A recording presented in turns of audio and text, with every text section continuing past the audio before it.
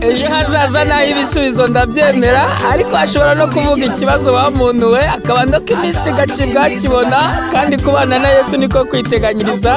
Kaze mu ndirimbo y'umunsi Yakobo yandika yaravuze ngo nimwumve yemwe abavuga muti uyu munsi cyangwa ejo tuzajya mu mudugudu w'inaka tumarayo umwaka dutunde tubona indamu, ngo nyamara mutazi ibizabeje, ngo mbese ngo ubugingo bwanyu ni iki, ngo muri igihe ukibona ku mwanya muto kigahera ko kigatamuruka, ngo ahubwo ibyo mwari mukwiriye kuvuga ni ibi ngo umwami Imana nibishaka tuzarama kandi tuzakora dutya na dutya.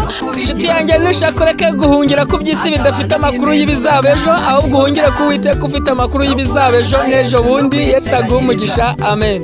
Yegurire Yesu azadufasha, ibanire nawe azadukiza, tumwemerere atuyobore, ejo hazaza burya ntawahamenya, ejo hazaza naho ibisubizo ndabyemera, ariko hashobora no kuba ikibazo, akabando k'iminsi ugataha kibona.